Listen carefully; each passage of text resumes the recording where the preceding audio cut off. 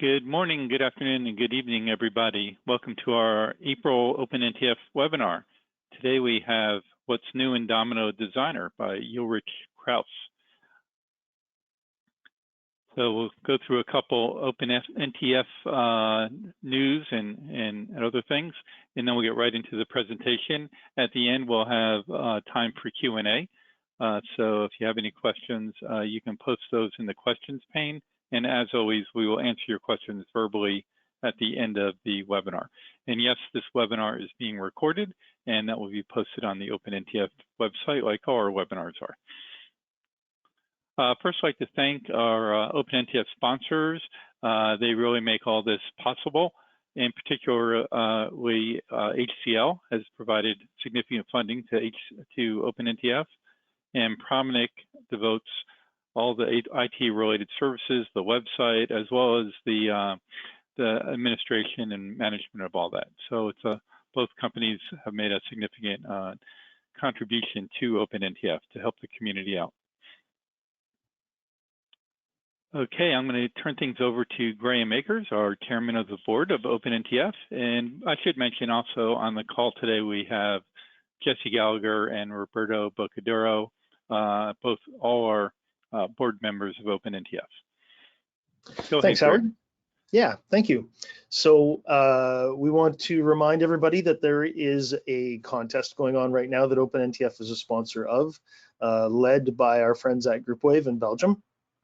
And the contest is to come up with, to take an existing notes database and come up with a new UI for the Notes client and for Nomad, iOS and Android. And the idea is to share design ideas that we can do with version 12 and really dispel the myth that seems to have permeated that Notes is ugly and Notes applications are ugly and they're old and so on and so forth. And so we want to be able to say, well, tell you what, there's stuff that we can do with Notes, certainly with Nomad and the Notes client to make things look pretty and usable and get rid of the myth that things are ugly. So the contest entries are going to be judged on usability, compatibility, and technical design, and the jury is made up of ambassadors and HCL employees. And we have 1 month until the contest closes, and the winners are announced at Engage in May. So be sure to jump on that URL, take a look at the database itself, and give it a shot. Even small design ideas are going to be very welcome, and we want to post all of the entries up on OpenNTF and share the ideas with the community. That's what the goal is. But OpenNTF is helping to sponsor with GroupWave, and there are going to be prizes for the winners. So jump in. 1 month to go. Quick note about the community. I think everybody on this webinar has seen this slide before, but it's all about participation and sharing what you know, and no contribution is too small.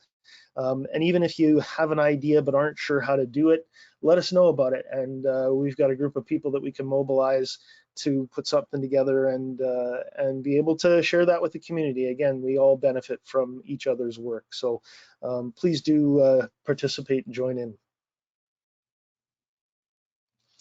And a couple of quick updates from the board. This slide actually hasn't changed in a month, and I'm the main reason why it hasn't. Just been extra busy right now. But we've got two things that we want to give an update on. The first is a project that we want to do. So this builds on what I was just saying about no idea being too small. There was a post a few months back about old LotusSphere presentations and where could somebody potentially go to download those, and could OpenNTF potentially host them. And so we've been doing some work in the background to figure that out. Still need to chase down IBM with respect to copyright on LotusSphere presentations, but anything to do with any user group presentation or anything like that, those are going to be able to be downloaded from OpenNTF, and we have a project ongoing right now where we want to build a solution that supports that. And the idea is that we want to include people in the community who would like to be a part of a project and maybe just make a small contribution, not be solely responsible for it. Our board member, Oliver Busa, is leading the project. It's already put together in terms of we've got a GitHub repo for it, and on our Slack we've got a specific chat group for it. So if you're interested, even just seeing what's going on and how a project might run, by all means jump in on the Slack there, and you know, we're to the point where we're about to get organized on making a larger announcement to the community, and again, that sits with me to get that project rolling. But ultimately, the idea is that people are going to be able to submit their presentations to OpenNTF and then be able to have them searched and downloaded from there. The other thing that's prompted this, of course, is that SlideShare has put a paywall up on their website, so we want to give a free alternative to the community. So that's what that's about. Howard, did you have something to add there? Whoa, hold on, back up. Okay, so the second point on this slide is the future of OpenNTF, and this is a board-led effort where we've been reviewing what OpenNTF does and how we could potentially offer more and change the way that we, or augment the way that we support the community. And we've been doing a bunch of work internally in the board to brainstorm, and we want to share those ideas with the community and then get your feedback.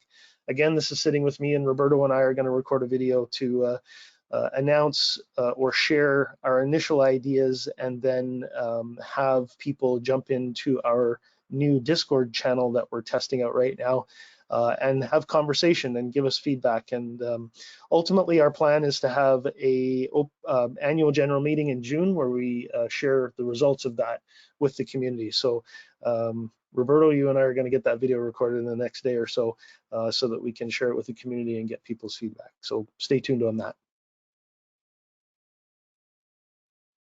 Now you can go ahead, Howard. Okay, thanks. Sorry, I didn't answer you before. I forgot to unmute. Oh. And just a reminder, I know we've been talking about this for a while, but Engage is coming up in May. It's going to be held in Bruges, which is a really cool city in Belgium. So if you can make it, I also want to mention that OpenNTF will be hosting a roundtable sessions called Happy Birthday OpenNTF, and Roberto and Serdar from the board will be there. It'll be on the Tuesday at 11:30. So please come by, say hi to Roberto and Serdar, and give some input on OpenNTF and where you think it should be heading. We'd appreciate the feedback. So I think the next thing is the next webinar. We actually are just gelling up the May webinar. Didn't have time to wrap up the synopsis, but we're going to talk about one-touch setup, and Jesse Gallagher and Roberto Bocadero are going to talk about that. That's for those of you who are not familiar. You just do one click and it sets up a whole Domino server, which is pretty cool. In June, we're going to do an OpenNTF annual general meeting, so we'll have some more details on that probably at the May webinar and at OpenNTF. So watch for that, and then we'll continue onward with webinars in July and August as well. So let's get on to our presentation with Ulrich.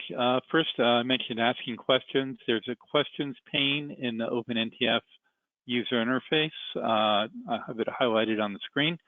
You can ask your questions there, and then at the end of the webinar, we will ask those questions to Ulrich verbally. That way we get the questions and answers recorded and on the video, which we will post on OpenNTF. So Howard, yes, I need to jump in quickly. Apologies to everybody. Hogna just reminded me the contest actually closes in 3 days. I needed to double check on that, so that was my mistake. So still worth having a quick look. Even just download that to the NSF and crack it open and take a quick look. But thanks, Hogna, for the reminder. That's wrapping up here in the next few days. Okay, thanks. Well, Nomad is supposed to be quick web development, so you have 3 days to come up with a great application. Yeah. Win some prizes. All right, let's turn things over to Ulrich. He's going to talk about what's new in Domino Designer and what I know Ulrich presented this at Developer Camp, Rudy's session that he had in March, I believe. And I looked at the presentation, thought it would be great for our community because he's talking about what's new in the last few versions, because there's been a lot of cool things that have kind of snuck in under the radar. So I think that's good for all of us to know. So let me make you the presenter, Ulrich. Mm-hmm.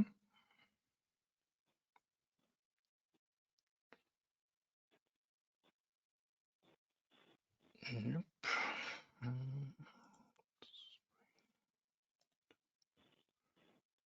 And we see your screen.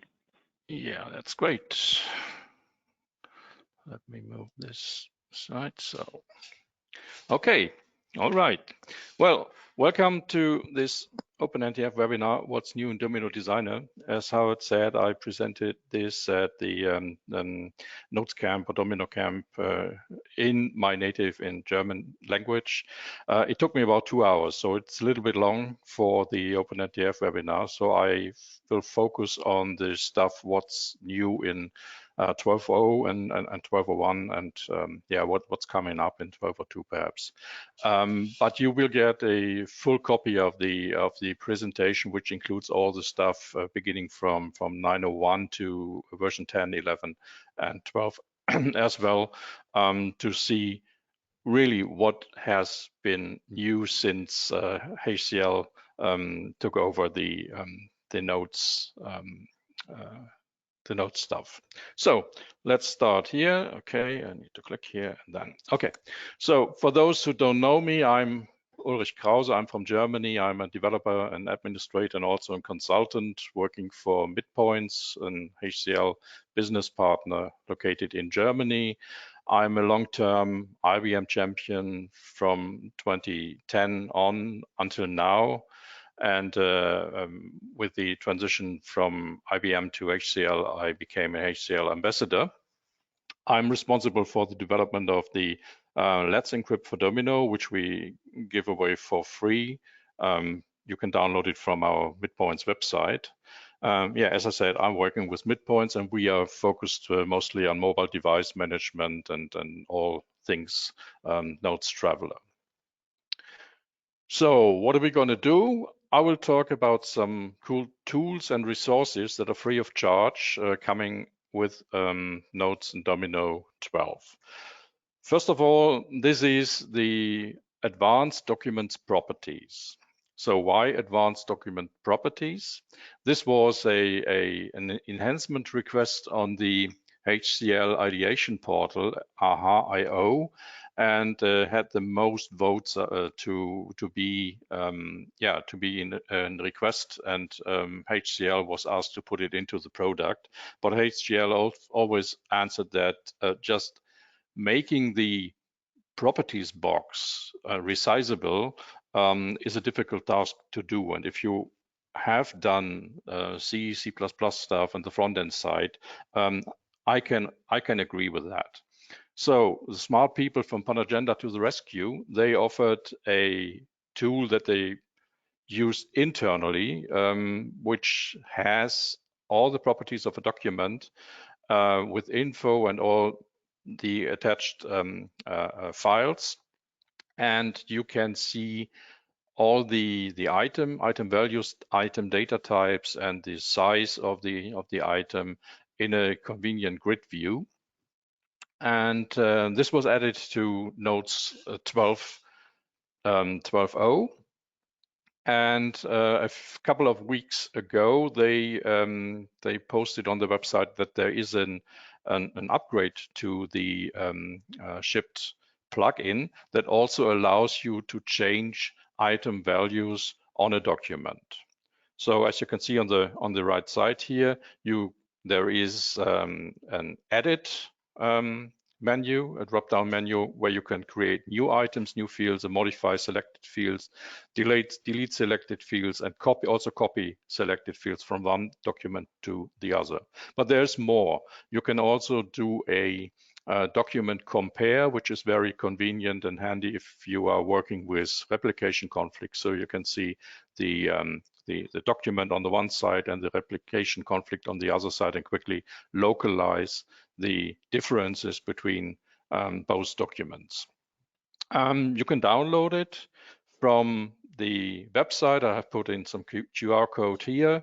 You have to register. Okay, data is data is the new money, but they will not bother you much with sales phone calls and sell you things. They would like to do, but you are invited to download this upgrade. You can also, and this is cool stuff. It comes with Domino 12, but with the upgrade you are able to install it on Notes 9 and other versions beyond Notes 9. So very cool stuff. Thank you, Panagenda, for that. HCL gave us a template which allows you to compare templates and applications on a server or locally.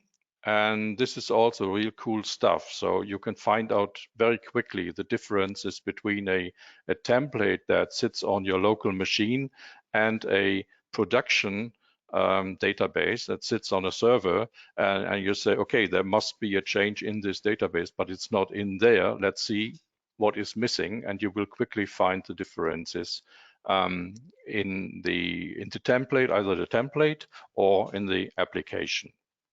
You need a third-party tool that does the difference check, but most of the tools are open source and free of charge tools. So just choose the tool you like. It's your choice. Also, with the compare database tool, there is the design synopsis. This is comparable to the Team Studio Analyzer, I think, and you can get you can take a database or a template and then say, okay, create a design synopsis, and it will list all the design elements with all the formula code, with all the LotusScript code, Java code, JavaScript code, and what have you. And fixed list is back. Yeah, great. It was missing for some time, but now it's back on an HCL server. You have the link here, and it's great to see what has been fixed in a specific version. You can search for your SPRs or APAs or what have you, and also see if there is an issue you might run into and not have created a case already, if this is fixed in one of the versions that you are using or in a updated version. Also very great to see the upcoming version. You see it's SPR triage. It's yeah, I think it's still in this stage, but you can see, okay, it will go down from 1 to 6 in the stages before it is shipped, and you can get an idea when it will be shipped in the upcoming year.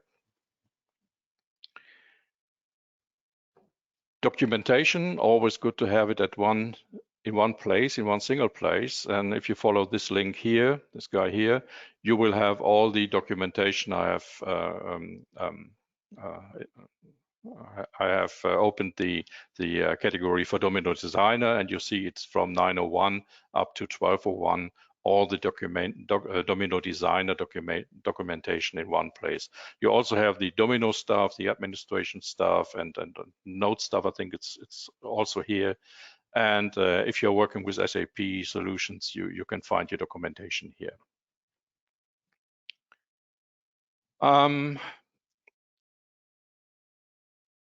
You might be working with DQL, and as I did a lot of beta testing, and yeah, I was desperately looking for test data. It's not so easy. It's not just having an address book filled with 40,000 elements or so. This is not enough if you want to deep dive into DQL and do some advanced stuff. So I was looking for a solution. How can I create fake data which looks almost real? So it's yeah, I needed addresses, I needed birth dates, billing data, account data, social security numbers, and stuff like that. And I stumbled upon the a Java project, which is Java Faker, and this is a port of an already existing Ruby gem. that creates almost everything you can imagine when it comes to test data. So not only person records, as I did it here, you can also have can create data for companies. You can have billing data and birthday lists and what have you, and then combine them in one or many databases. As you can see here, it also has locales. So it's a list of locales there, and this is great to have when it comes to special characters in queries and so on. It goes from simplified Chinese to Japanese, Korean, Cyrillic, and all the languages you have on Earth, almost every language you have on Earth. And I created over a weekend. It takes some time if you have an awful lot of records to create. I created almost 5 million documents in one database to test the DQL stuff. So give it a chance. If you need test data, this is the point. This is the way to go. It's just a simple agent, and it does a very good job. So what is aside from LotusScript and Java? Well, first of all, it is the C API SDK. There wasn't an update since 9.0, I think, or 9.01. I'm not sure about that. But with version 11, we got the first update since this old version 9. But it has a problem. There were no makefiles. Not a problem for those who are working with the C API SDK all day, but if you are going to start with it, if you need to know how to build your binaries on Linux, on Windows, or other target platforms, having no makefiles is not a good idea. And shortly after, I mean a year or so, version 12 of Domino came out, and also there was the C API SDK version 12 that has some makefiles included. I have not tested the makefiles because I have already have makefiles for my projects, but they should work. When the 11.01 version came out, I thought, okay, no makefiles, what to do? And I invested some spare time, and I wrote about it, and I created a small project, pet project on my own, which is called 1MK, so one makefile to build them all. And here you see how this makefile looks for a simple sample project in the Notes RP11 SDK. So this is all you have to do. This is a template you can use. You just throw in your source directories, your includes, and all the build stuff comes from pre-built includes that are provided with this project. And all you have to do is put it on Windows, have it on Linux. It will automatically detect the OS version you are using and also the installed compiler, and then build your project. So you only need one makefile for Linux and for Linux. It should also work on other platforms, but sorry, I do not have those platforms at hand, so I could not test, but it should work. And here is a more complex project on the right side. So you have more includes, you have dependencies for Windows and for Linux here with different versions of pre-built lib files to include. But you see, it's always the same. Just fill in the stuff you need and you can use it on Windows and Linux. And yes, ooh, great. Dots, the Domino OSGI tasklet service is back. That's good news for us at midpoints. The Dots add-in or Domino OSGI tasklet service started as an OpenNTF project with Domino version 8.5.2 and was published on OpenNTF and by IBM. It was open source for a while, and then IBM included it into the Domino product, but not into the core code. It was an add-on which came with the what was it called? A social components package or something. Social business toolkit. Yeah. And we built a whole business around this. Not many people in the Notes and Domino world use this dots plugin feature, but we built a complete business around it, and we were shocked when we found out that first bad news was with Domino 901 FP8, feature pack 8, they changed the path to the Java virtual machine on the Domino install directory, so dots did not work any longer because the path was hard-coded in the binary. But OpenNTF to the rescue.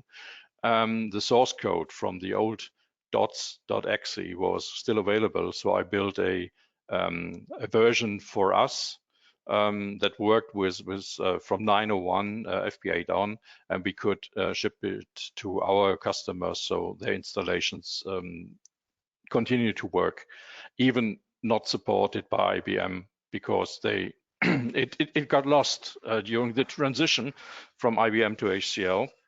It was not available in Domino 10 and Domino 11. I had some discussion with project management with Thomas Hampel and others, and also I initiated an idea on aha.io, and it got a less, just a few votes, but project management saw that it is an added value, a good value to the Domino core code, and so they re-edited it in Domino 12. So if you are using dots, and this is our experience, we were a little bit afraid that we had to change too many things because they updated a lot of stuff in the underlying framework. But to be honest, it was just 2 lines of code we had to add. We had to change to make the code work with the new framework. And more good news, they are also backwards compatible with the old version of the n.exe and the old OSGI framework. I will talk about OSGI in a minute. And there is a 64-bit client. Well, there is a 64-bit client for the Mac already, but this 64-bit client now is for Windows. It is not meant to be used in production right now. It's meant to be a client if you are a vendor and you have CAPI plugins that are running in the client, to test them, to test your build process, to test your tools prior to the general availability of the client. Yeah. There's also a designer client with a 64-bit in this package, and also this package includes the admin client.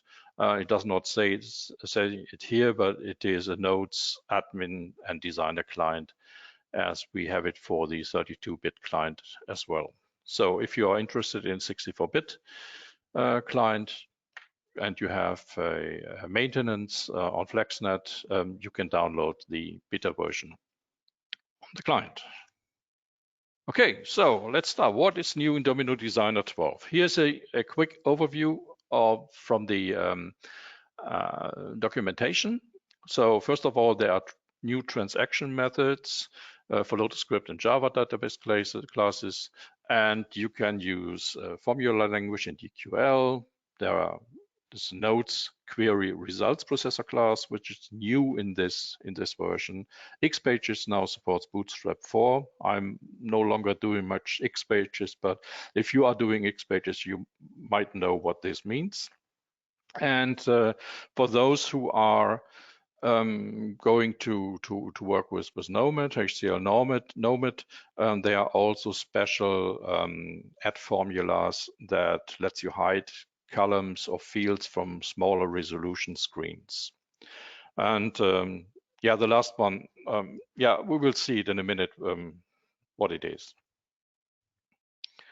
So transaction methods. They are new and they sit in the Notes database class. So what we need is a Notes database, and then we can use this. What is it good for? Think about the following scenario. You have a database and you change a document, and by changing this document, another document in another database will also be changed. So this can be a transaction that grabs some books from a shelf, and you decrease the number of available books in this shelf. And then it always happens an error. So you already have updated the number of available books in the other database, but the code crashes after you have saved the new number. So with this new transaction methods, you can, wrong slide, okay, take this. Okay, you can roll back the complete transaction, and this will also restore the old number of available books. So it's hard to do this in an on-error go-to construct, and I think it's easy to do it with the new transaction method. So what do you need? You need a call db transaction begin. This is here the block of code starts where you do all the stuff that you want to monitor, and then you either, and there you can use the on-error go-to, you can either commit what has happened here. So if there is no error, you can do a db transaction commit, and then it will save all the changes you have done from your way down from here to there. Or you do a rollback. Yeah. So in the client, you see whatever you choose in the code before, you will see a db transaction begin, and then update node, and then the abort. This is the rollback transaction that took place. And also for the green one, when everything is safe, you can commit your transaction, and that's it. So back to this slide. What do we need for that? Okay, we needed a 12.0 client to code it. We needed a 12.0 server for runtime, or a client of the same version. And you need to have transaction logging enabled on the server. And yeah, you have transaction logging need to be enabled on the server. So there is no way to enable it on the client, no official way to do it. So it will give you a hint, okay, not enabled, not available on the client if you try to run this method on the client. And also, yeah, if you have it enabled on the server but disabled on the application, you will get this error message. So it's only supported for transaction logged databases. And yeah, order matters. You cannot do a commit or a rollback prior to having a Notes database transaction begin command before. Okay, so now it's correct order. Yeah. Oops. Yeah, this is we know this behavior from the Notes client when you are in your mailbox and in the inbox, and you are working on a narrow screen. You will see that some columns the look of the view will change, and you have one or two columns stacked upon. So like here you have, this is column 1, the HCL software support, and the second column will go down this column here. So this is for the what was it, composite application. If you're familiar with composite application, you might know how to do this in a Eclipse-based UI. And HCL now has provided this also for the normal notes views. So there are some additional properties for the column here. So either to keep it on top, which should be set for the first column here, or hide this column. If you want to completely hide a column which is not necessary on a narrow screen, you can completely hide this column, or say, okay, I want to wrap it to the second row, which is here where the case CS is shown. The downside of this works pretty well, but the downside of this is that you have to enable it in the client. And yeah, the problem at this point is that if you shut down your Notes client, it is not saved anywhere that you have already enabled it. So you have to always enable it again if you open a database and navigate to this view. So I think the feature is not completed yet. It's half baked, and yeah, okay, someone should work on that. If you're working with HCL Nomad, there are some new properties. First one is we all know these hide column, and hide column if formula is true. And the addition now is hide column from mobile. So if the code detects that it is running on a mobile device, it will hide the column from mobile. If this option is checked here. This is in a view column, and you also have this hide paragraph from mobile, which finally works here for items or fields and for actions. And there's also a new property which is called sequence number. If you're working with a frame set and have multiple frames in this frame set, you can give a sequence number to each of the frames, and they will be displayed in the given order. So you can have a navigation pane, which is shown on an iPhone, for example. And if you click a button, if you swipe it or whatever you do with it, you will navigate to the next frame, which can be a view or a document. So this works on this also. And there's also a new property to support HCL Nomad, which lets you include actions in the so-called mobile action button.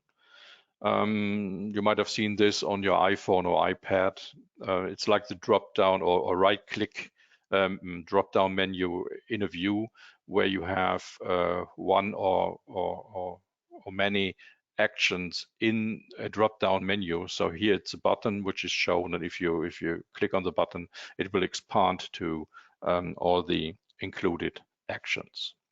Also, you can have actions included in swipe gestures to the left and to the right. What else do we need when we work with applications on a mobile device? Okay, the resolution width or height is different on an iPhone, on an iPad mini, on an iPad, or on a Samsung Android device. And you want to hide or show stuff depending on which device you are working on. And this can be done by the new add formula column, add formulas resolution width and resolution height combined with these add command layout window. This has always have to be there prior to these functions to work. There were some troubles in I think it was version 11, but they have fixed it in version 12 and beyond, and it's now, I think it's working pretty good. I have not looked into it recently, but it should work now. Same overview here for 12.01. Yeah, there's new method, or there is new methods for DQL named results. We see what this is later. Create views on the fly from sorted query results processor output. Named document, which is a new design element. You can exclude fields from full text search indexes. You have larger database icons and some other stuff. The database comparison tool I talked before. Larger database icons. We now have 64 by 64 pixel icons, which can be larger, but they are trimmed down to the 64 by 64 pixel size when you import it into the Notes icon document. Always I have included the links to the description in the designer documentation here. So Annette Hammerschmidt from Germany has set up an icon set database, which is free to download and which includes many new icons in many colors from yellow, blue, green, and what have you. So download it and see if there is something in it to pimp your client workspace. The note session used double as a pointer. This is a special one, which is interesting for those people working with the CAPI and using CAPI calls from within LotusScript. There was a notes in INI parameter, which is this guy here. And the problem is when you are working with a 64-bit Domino, the double the variable size, which is double, is not was long, is not it has not enough space to store a 64-bit pointer, and the client crashed, or you got unpredictable results when running your code. And you could set this notes INI parameter, but the downside is that it will affected all agents, and you do not always want to do this. Also, you cannot set, or mostly you cannot set notes INI variables if you are selling your software or putting it on a customer server. So they won't let you to change the notes INI, or it's a long process to do it. And so HCL provided us with a method from within the code where we can set the use double as pointer to true, then do our code, and then set it to false again, which gives you much more better control about the behavior of your agent, not affecting other agents on the same server. Named documents. Named documents is a new method. It is similar to or comparable to profile documents, and we all love profile documents, I know. The advantage of named documents is that there is no caching. So profile documents had caching, which was sometimes a real pain, and the new named documents do not have this caching mechanism. So when you make changes to a document, it's there immediately. And I talked to John Curtis, who introduced me to named documents, and I asked what the difference is, and he said, profile documents, they were meant to be used on the client, and named documents are now used to be used should be used on a server. If you are satisfied with profile documents on the server, if it works for you, you do not have to change anything. If you have any problems with that, you might think about changing it to the named document. So it has the same syntax, I would say, as the profile documents. There is not much difference. This is a code example. don't be confused by this guy here. But it was in the documentation. It said, okay, the username and the name document name cannot have a dot or a special character in it. And I just tested it, and I found out, yes, it can have a special character in it, but it does not make any sense. So just skip it here. Here are the methods and properties. And if you compare it to the profile documents, you will find that it's almost the same. So if you trigger a get named document, it will create a new document if it does not find any named document in a database. Exclude fields from full text search index. Yeah, I had much fun with this a couple of days ago, and some cases with HCL support were going back and forth. This is great if your full text index is already very large, but you say, okay, I have control about what is being searched in this application. So I do not need the full range of items to be full text indexed, especially the dollar fields, for example. Or you have some items where you say, okay, no one will ever search by this item because it's not visible to a customer, or even your code does not work with this special item when it comes to searches. So you can exclude, when you click this guy here, ignore the dollars, then it will exclude all dollar items in the application, maybe a system dollar, like modified date or something like that. Or if you also have added dollar prefixed item by code, it will ignore all these dollar items. And you can also uncheck all the or check all the items you want to have excluded from the full text index, which makes your index smaller. You have to set an additional debug parameter, and yeah, sorry for that, but I don't think this is the final version. This should be changed. So if I don't want to disable something, I want to enable a feature. Yeah, okay. But maybe this will change in a later version. And you must restart the server, otherwise your changes will do not take effect. Yeah, you will, when you go to Designer and you look at your at the form sections, you will find there some untitled form element. You can delete it, but you will find out very quickly that your full text index will no longer work with this database.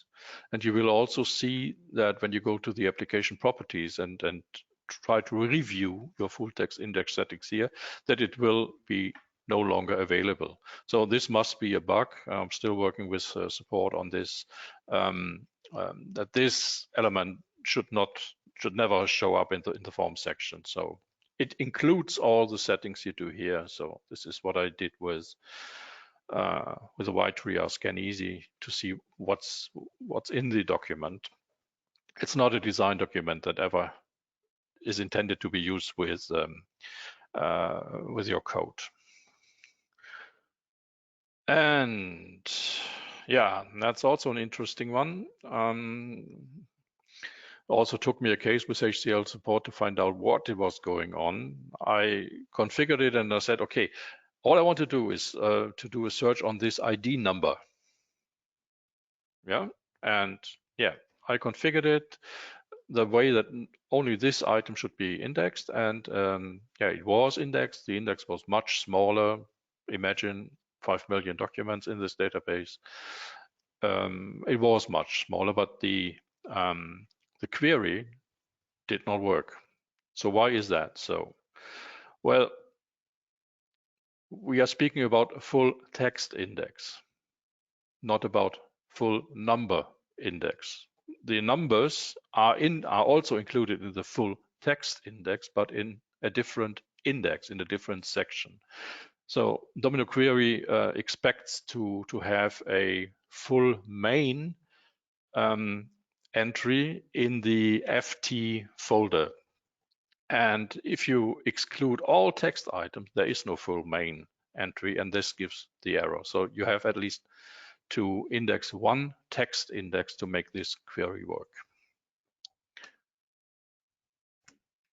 Dots, I spoke about that. And yeah, it's if you're not familiar with it, it is a Java framework for deploying and developing modular software programs and libraries. It is a very small, a very thin runtime that takes care of how bundles are loaded and stopped. They have a life cycle, like the life cycle in XPages, for example. The dependencies you have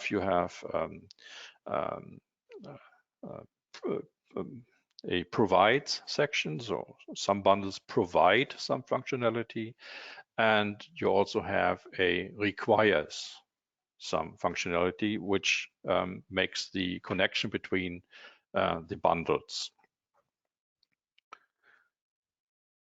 Yeah, you have a bundle consists of some Java stuff in it, some configuration and resource files, and some metadata. Here's the life cycle. You can read it in the documentation if you really want to dig deeper into the life cycle. To be honest, you do not need that if you do OSGI or dots development. If you're interested in it, you can read it. Yeah, another image where the dots is located in the on the Domino server. So it's an extra framework which uses the Java runtime environment. You have a tasklet service which starts and stops the OSGI bundles, manages a message queue, and also provides the OSGI console and stuff like that. And there are some components, which is I already mentioned it, a binary, which is n.exe or an equivalent on Linux. And it just launches a Java virtual machine and invokes code in the launcher jar to launch the OSGI container, and then your custom plugins will be loaded and executed and doing the work. The OSGI framework is a set of jar files which are bundled in or which are in a Domino folder inside the Domino program directory. And the COM IBM dots is part of the dots framework as well, and it is essentially communicate between the dots server task and the server task plugins. You also have a extension manager library, which is interesting if you want to work with events happening on the Domino server. Like, it is an extension manager, and all the events are monitored in real time or when they happen. So it's very quick, but the problem is it uses a message queue and to communicate with the dots server or your custom plugin. And there is a delay of about 200 to 500 milliseconds. So you cannot do stuff like you can do when you're using the CIPI toolkit to create an extension manager and then react to applications like the trigger happy, for example. But it's worth looking at that if you need to monitor some changes on documents, changes in databases, or deletion, creation of databases, and stuff like that. What are the benefits? It's multi-platform support. So with if you would do this with a CIPI toolkit, you have to build your binaries for Linux, for Windows, and whatever platform you are running Domino on. You do not need this with dots. This is pure Java. Once created, run on every supported platform. You can have you can pass user arguments or command line options. Let's here. This is from one of our products, and this gives you the ability not only to run the tasklet scheduled, but also from the command line, which is very flexible, and you can build your own tools, like your own catalog tool, for example. There's no limitation like in the agent manager, so agents can run every, I think it's 5 minutes or 3 minutes, and dot stars can run every second or less. I have not tried that. And as long as you need it. So if it takes an hour, no problem with that. You do not have to change anything in the Domino configuration. If it runs a day, okay, also no problem. It runs as long as you need it. We have better tooling with Eclipse ADI or any other tool. And yeah, source control management, which is very important if you are working with complex projects. So this is all the benefits you have with dots. What do we need? So we need an editor. This can be Eclipse, this can be IntelliJ or Visual Studio, or even Notepad is an option, or Nano or VI, Vim on Linux. It's up to you what you prefer. And to build this, to build your project, you would typically use Maven or Gradle. We use Gradle at midpoints. Yeah, and this builds you a Java, and then you put it on the server and you run your plugin. This is how it looks. It's very simple. You have an activator, which implements a bundle activator. This is the starting point. And then you have, yeah, every program language or dialect needs to have a Hello World application. Here we have a Hello World application, also a By World part of it. And this is all you need to run a plugin in the dots environment. Dots configuration, yeah, you can load and quit a dots container. You have a Java options files that you can use. That's okay, but sometimes I'm missing the dots Java options file, which was only used for this instance of the Java virtual machine that was instantiated by the dots plugin. So now it's the Java options file is used for Agent Manager, for HTTP and what have you on the server, and it's not very convenient if you need to add options which should only be applied to one Java virtual machine. So I would prefer this to be back. Remote debugging, you can remote debug like you can do it with other stuff in the OSGI world on Domino. You should be careful if you are providing a static port. This can be a problem with the in the Java debug options. If this port is already in use, your server will crash. So it's still being tracked under this SPR. It's still not solved. You should use the random port which is allocated by the JVM, but then you have to change it on the front end side from where you want to debug your code as well. This is not very convenient. So can I migrate my existing code, agent code? Yes. Simple actions and formulas. No, you cannot do that, but such agents are in general not have much complex code, and you can rewrite it easily. LotusScript, yeah, LotusScript to Java. If you not have started with that, you should get familiar with it. Each LotusScript class has an equivalent in the Java world, or most of them, and you can then easily rewrite your code to use Java. And if you already have Java code, just copy and paste it and it will work. Here is the documentation. And now let's come to the NotesQueryResultsProcessor. I'm not sure how many time I still have. Okay, I will just carry on. So the NotesQueryResultsProcessor came with version 12 of Notes and Domino, and it aggregates, computes, sorts, and formats all kinds of collections of Notes documents. Here you see the easiest way to instantiate a query results processor. Does not have any content then, but this is the most easy way to do this. And then you can add collections. You can have DB all documents. You can do a Domino query to get a notes document collection, get a view with all entries, and so on and so on. And you can put this all together in one query results processor, and then work on the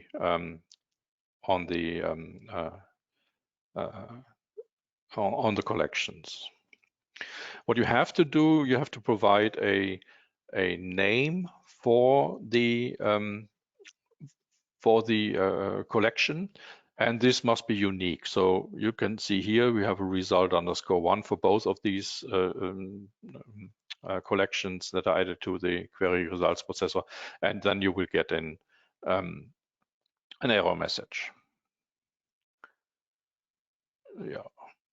And yeah, you want to do something with it, and this was also what HCL said. Okay, we want to do something with it, and we want to show you the result of our work. And the first thing that came into their mind was, okay, let's do an output to JSON.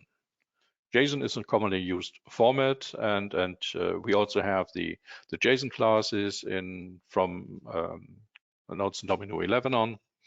And you can work on that with that classes. Also in Java, you can use JSON or whatever solution you prefer. And that was the execute to JSON, yeah, which will give you an output, and the JsonNavigator stringify will put it into it will format it a little bit nicer and present it to you. So this is the result, and there are some common elements that are always there. Always there is the stream result. It always starts with stream results. You cannot change that. And you have the node ID and the DB path. This is the original ID that is used in the source database where this entry comes from. It must not be, it has not to be the current database. It can be any database on the server. And also you can have collections from different databases and aggregate them into one result processor.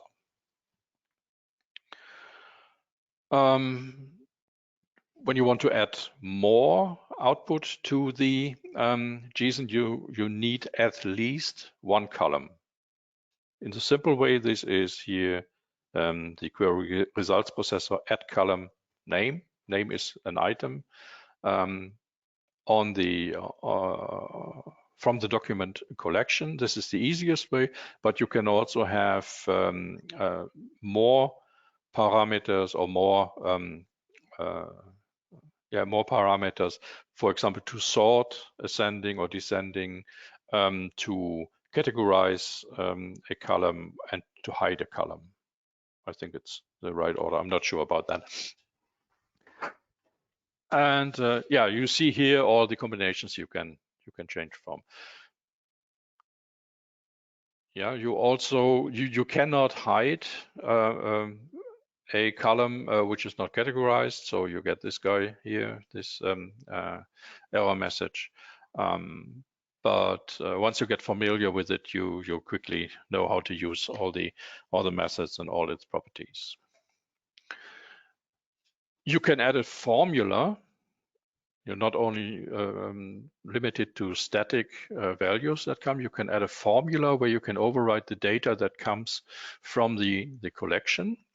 And this is interesting when you have when you have data from different databases that are similar in the structure of the form design. So it can have items which hold the same information but have different item names. And we see it here. I have my cats and dogs application, which has a form structure. See here, it's the name of the dog. It's Boomer, and you also have my dinosaurs here, my dinosaurs application, which has a different, which holds the name for the dinosaur, but has a different item name. And if you want to aggregate them and combine them with the NotesQueryResultsProcessor, you need some mechanism to make these differences unique. And this is what you can do by adding a formula. This guy here says, okay, take the item name from our cats and dogs, from the collection we got from the cats and dogs application, and put it into a virtual field that is called display name, and do the same with the with all the documents that come from the dinosaurs, where the field name is dino name, and also put it into the display name, and then add this result, this virtual column, to your query results processor and output it to JSON. And now you can see we have unique display names, but we have here our dinosaur and here our cats and dogs. So that's I think it's a really good function, and with many possibilities to unify the design of the output. And this is more important when it comes to create views from your different collections. Yeah, one problem is, so I thought I was a bit naive, and I thought, okay, when we can use formulas, so why not do a DB lookup and see what is in the cost center item of the source document, and then find, for example, the clear readable name for the number 10 in the cost center view of the current database, and modify the 10 to the readable value. Yeah, I tried it and it did never work. I always got a blank output. I then changed it to a static formula, which works. So formula in general work with this. And I asked John Curtis, and he responded me on Twitter. And maybe you remember Damien Katz, he rewrote the formula language in Domino Notes 5. And yeah, it seems to be a little bit difficult to understand the code he provided. So I hope John will get it to work. This would open up a lot of possibilities. We can do this in next pages, no problem with that. But I would like to see this here in the query results processor as well.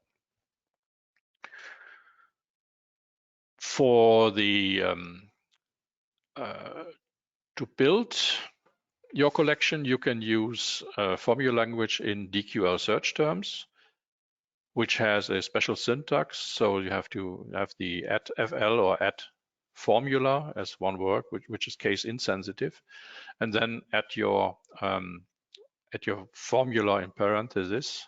Yeah, this is here form equals animal, and species item contained cats or dogs, and give me all the results. And then you can work on it.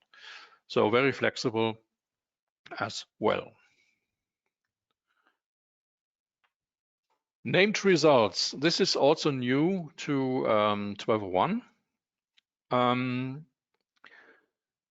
This is very interesting when it comes to real complex queries. So what does this feature do? You have this very complex query here. This will take some time if you execute this query on a database with 5 million documents. So we will see the numbers later. And imagine you want to do subqueries on the result.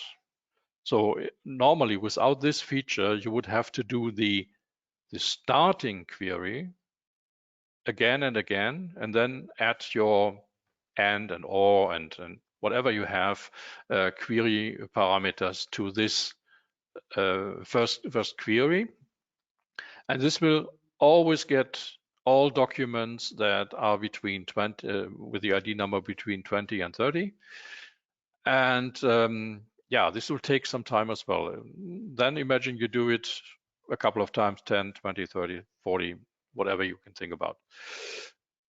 This will take some time. So the named results or found sets, this is a way where we do this query once, and the result is stored in the source application, and you can do the subqueries and do not have to do this standard query again. Yeah, you already have it in place, and then you do your subquery. For example, give me the number 21 or 22 or whatever, and show me all the results. Yeah, imagine you have an application with sales reports which are created on a monthly basis, and they are stored in one database for 10 years, 20 years, or whatever you have. Then you do for the given month or for the past months, you do a query where you get all the documents, and then you want to subquery this result to break it down to one salesperson or department or whatever you have. Then this initial query is stored in the database, and you do not have to do it again. Here is a simple test. So you can see the initial query took 45 seconds? Yeah. And no, in 26 seconds, it found 45 421 documents. And then we have the subqueries, which reference to this already found set, and this, when we sum it up, it's much faster than when we do all the query in its full length. Yeah, they have they only live in the database for 24 hours, but you can control the amount of time that it stays in the application by a parameter. So you can have what I said, the sales numbers. It's created once a month, for example. It does not change after it has been created. So you can extend the amount of time the found set is available with a parameter for 1 month or even more. Yeah, you can categorize your output in JSON. That works, but it does not, where it is.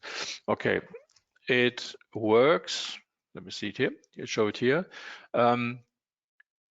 When you output the categories item, which is a multi-value field in my sample database, it will list all the items in this, all the values in this item. It's not categorized here, but if you want to use it as a category, I have it here, categories, yeah. If you want to use it categorized, so all the as you know it from the notes view, you will show category 1, 2, 3. it does not work here in this JSON representation. You will get this error message. So yeah, John is still working on it, and I hope he will fix it in an upcoming version. Aggregate functions are also available. We all know it from the notes view. You can sum entries, sum numbers. You can say, okay, what is the max number, what is the mid number? You can count numbers of entries and also calculate an average. Here's a sample for that. And now the latest addition to the query results processor is the executive view. So not only you can have JSON, but you can also create views on the fly for these results. Here's an example for that. So it's almost the same that you have to do when you create a JSON, but you have to add readers. So who can read, who can access this view. And then there is the execute view instead of the execute JSON. And this will give you a view. No surprise with that. And yeah, you have all the data in it if you want. You don't have a way to show document properties here because these are not real documents that are shown in the view, because the document itself sits in a different database. Yeah, you should also always use a different database to create the views, the result views in. So you can discard them, you can update them. If you do a double click, there is some magic here, which is automatically added to the query open document event in the database. Then it will open the document in the source database itself, and then you can have access to all the notes items and values in there. What else is important here? Okay, using formulas, yeah, also a thing which is an error which we found. The problem is if you use a a hyphen apostrophe in the formula or in the label, then it will stop before the apostrophe, and it will not finish to continue calculating all or computing all the view properties correctly, and this will give you a non-working view. So it's an error which is tracked under this SPR and will be fixed in 12.02. Okay, we are coming to an end. This I have taken from the presentation John did a couple of months ago on OpenNTF, and this is an overview how the query results processor works. And what we have by now is the output to JSON, the output to view, and you can see here it also indicates you can output to Notes database, which is not yet implemented in the product. And also missing is the combine, where you can, I think the DB lookup stuff you can do in the combine part of the query results processor, which is still under construction, which will give you a lot of more possibilities to aggregate, collect, and work on your data. And some last words. The add combine rule will be a new method that will be added in 12.02 or any other upcoming version, where you can define how to combine data from different databases, how to do your lookups and so on. Yeah, stream type. Not sure what this means, but I think we will be told later by John or any other who is working on the DQL stuff. Yeah, and that's all. Yeah, that's all. That was my last slide. Thanks for listening. I hope you enjoyed it a bit. Oh, my English is a bit rusty. Sorry for that. You did a great job, Ulrich. Thank you very much. Thank you. We'll switch over to some questions. Thanks, Ulrich. Yeah, your English is great. A lot better than my German, that's for sure. Okay, so we have a number of questions. Graham, you got a... Yeah, I'll jump on there. Reed is actually asking a good question. So do we know, is there a policy that we can use that allows us to disable the edit capabilities in the advanced document properties? No, there is no policy. This is also the reason why PanAgenda provided it as an extra update. So they do not want the ordinary user to be able to edit documents. Yeah, you will download as an administrator or developer. You will download the additional package and install it on your computer, but not for the normal user. That's right. There are two that are able to be downloaded. Yeah, the initial one is provided with the Notes installation. So this is the view option, and the edit option. This is a additional download from PanAgenda. Interestingly enough, I just logged into my 1201 client and it's not there out of the box. So I'm wondering if maybe I need to do another install. But I did do a quick test. The bottom line is it's certainly available to download from PanAgenda, and you can install it separately. Yeah. Okay. I'm not sure the next question. I think the two questions from Sasha combined make sense. Let me try this one. Okay. So she has customers who are using Notes 9, but she wants to use the R12 client. And she's worried that she could use something that isn't supported. So is there a way to set the LotusScript version to say, hey, only let me develop this application for an older version? No, not as far as I know. No, I have never heard of. Yeah, you can.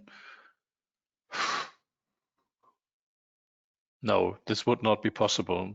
You can evaluate the used version, but LotusScript, for example, is always pre-compiled when you ship a template.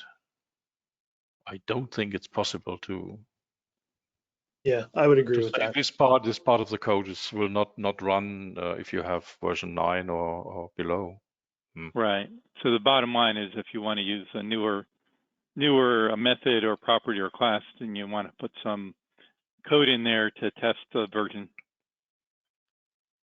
Yep. Okay, Lars asks a quick one. This is slightly off topic, but Ulrich, when you showed the fixed list, Lars says, I'd really like to be able to make a local replica of the fixed list, and I can answer that one.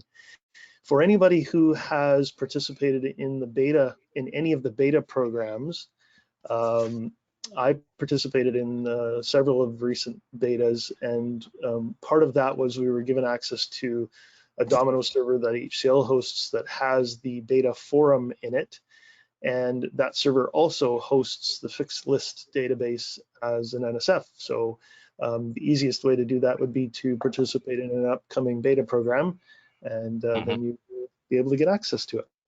Yeah. It's not planned to make it public available for replication. So that's right.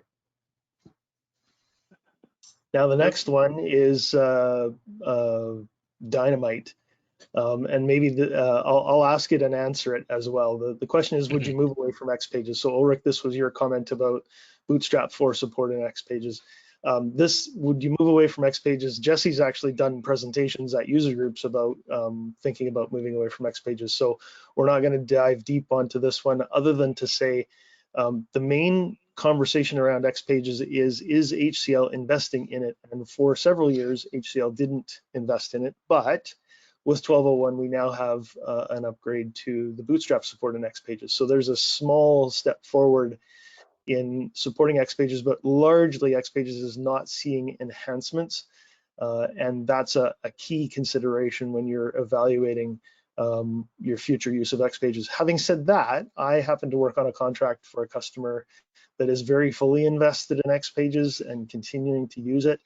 So it really kind of comes down to your personal situation and business needs on whether you want to go forward on that. But really the eyes open decision is to look at where HCL is investing in the product. And right now, X pages is really not getting a lot of attention. Mm-hmm. Okay, we got a question on the transaction rollback from Michael. Does it work on multiple databases? Do you need to do a begin transaction, db.begin transaction on each database?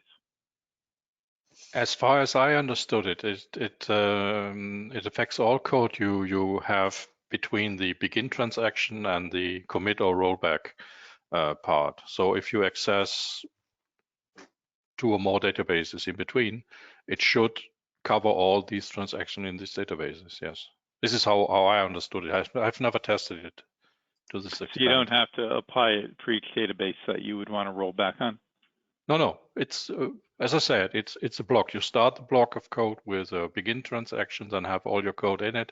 And if it goes to an external database, then also this code will be managed by this transaction holder. That makes sense. Right. Okay. Yeah. That makes sense.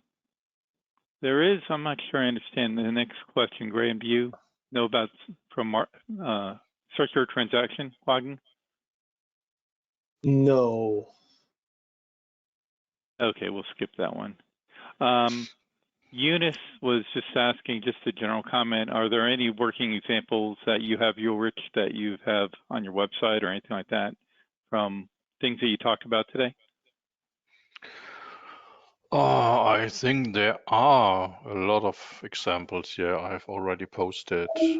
Mostly on the older stuff in version 10 and 11, which is HTTP request classes and DQL and stuff like that. I think I do not have posted an example for the view, but for creating a view out of on the fly. But the documentation has all the examples in it, so you should be able to work on it. Yeah, these slides are going to be available on our website. So yeah, yeah, sure, the slides as well. Yeah. Okay. Then the next question, this is to do with the mobile or the Nomad support. Is it possible to switch frame to a chosen view after clicking a certain entry in the navigation pane? Ooh. I can't answer that. I will try to find out and post the answer on OpenNTF later. Sure. Next question from Michael. Can any user see the advanced properties box, including the add field, or do they need to be designer or manager? Yeah, so that goes back to the different versions of the advanced properties.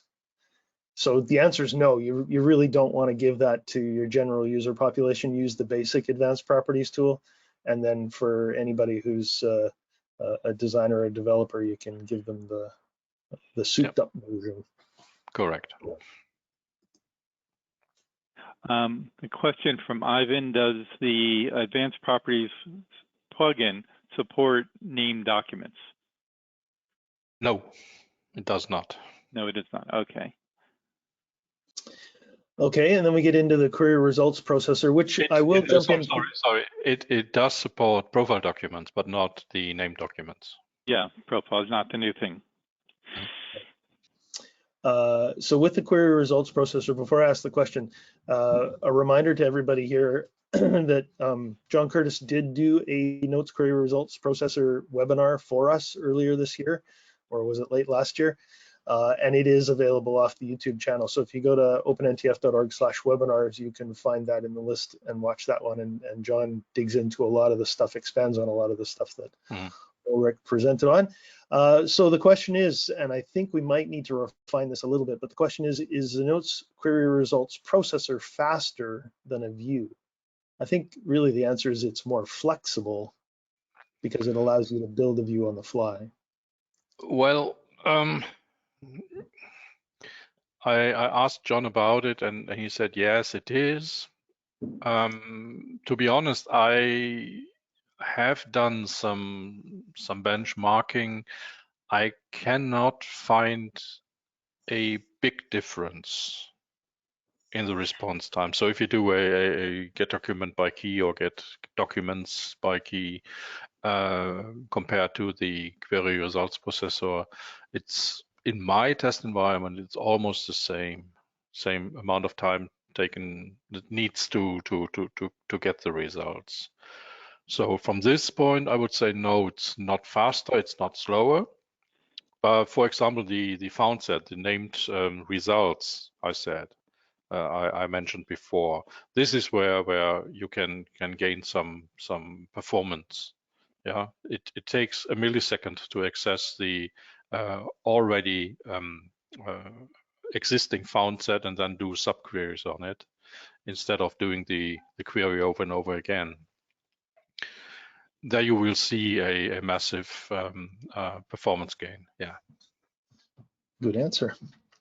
All right, Howard, we are at the bottom of the hour. Should we save the rest of the questions and we'll post an online Q&A blog post? Sure, we can do that if Ulrich is willing to look them over.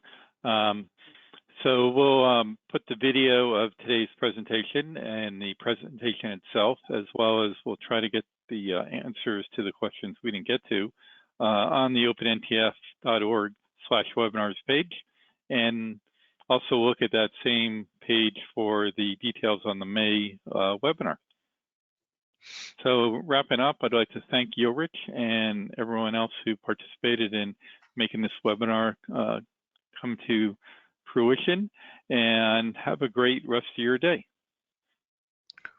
Thank you. Thanks, everybody. Thanks, Ulrich. Bye-bye.